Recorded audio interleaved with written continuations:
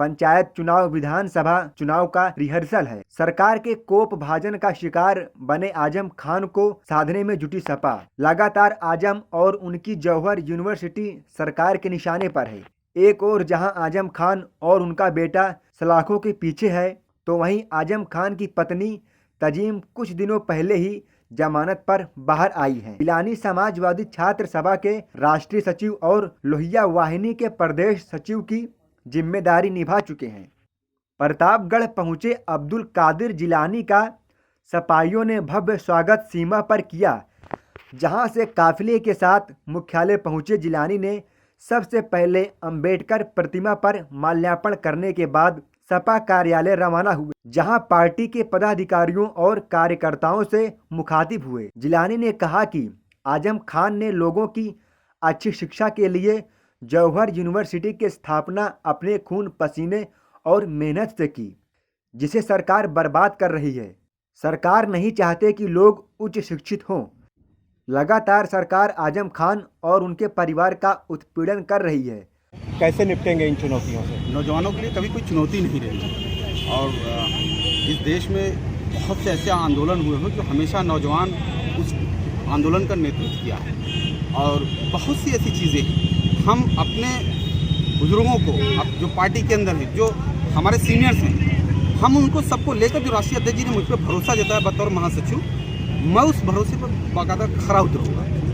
पूर्व महासचिव को हटाए जाने के बाद से तमाम लोगों में आक्रोश भी है और ऐसा माना जा रहा है कि आप आजम खान के करीबी हैं, जिसके चलते आपको जिला महासचिव बनाया गया है। नहीं, ऐसा कुछ नहीं। मैं किसका करीबी, किसी का मैं यहाँ मसला करीबी कर और किसी को हटाया नहीं गया।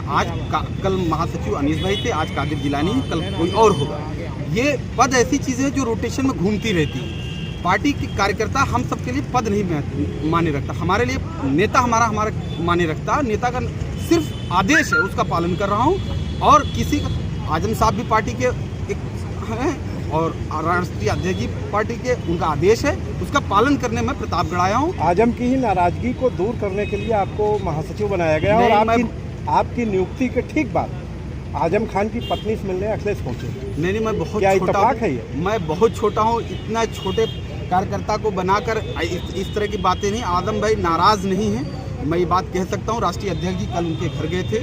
जिस तरह की जातियाँ उनके खिलाफ सरकार कर रही है, सिर्फ जाति इसलिए करे, एकेडमिक इंस्टीट्यूशन उन्होंने बनाया। उन्होंने ऐसी कोई चीज़ नहीं बनाया जो समाज में बुराई पैदा करे। सरकार ये कभी नहीं चाहती कि दबे कुचले, बैकवर्ड, या जिनके हाथों में वो चाहती है कि चप्पल सिए, पंचर बनाए, पत्थर तोड़ें। ये कभी नहीं चाहते कि कम से कम बैकवर्ड, पिछड़ा आके पढ़ाई लिखाई करे।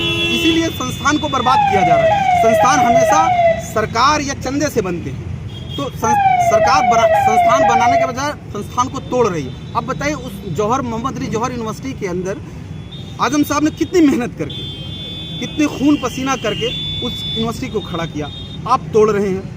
उस यूनिवर्सिटी से नुकसान क्या है? कम से कम ऐसी कम्युनिटी के लिए बनाया जिसके बारे में ये कहा जाता है कि इनकी हालत दलितों से भी बदतर है। ये ऑलरेडी बहुत सी कमेटी की सिफारिश है। आप राष्ट्रीय लेवल पे पदाधिकारी रहे, प्रदेश लेवल पे, तो जिला लेवल पे आपको पदाधिकारी बनाया जाना प्रमोशन है या डिमोशन? नहीं, ये न, हम अगर राष्ट्रीय अध्यक्ष जी मुझे ये कह दे कि आप जो है समाजवादी पार्टी के आखिरी कार्यकर्ता हैं, तो उनके आदेश सर और माथे पे है। और बतौर महासचिव मुझे जो भेजा है, मैं अपनी जिम्मेदारी को समझ सकता हूँ। मैं यंग हूँ और मैं अपने साथ नौजवानों के साथ, अपने उम्रदराज लोगों को लेकर मैं अच्छा काम करने की कोशिश करूँगा। और अनीस भाई मेरे बड़े भाई, अनीस भाई अगर कुछ हो सकती है शिकायत, तो आज हम कल नहीं रहेंगे, परसों दूसरा कोई आएगा। इसका ये मतलब नहीं है कि हम लोग राष्ट्रीय अध्यक्ष से या अपने राष्ट्रीय नेतृत्व से नाराज हैं, प्रदेश नेतृत्व से नाराज हैं। हम सब यूनाइट होकर मजबूती से काम करेंगे।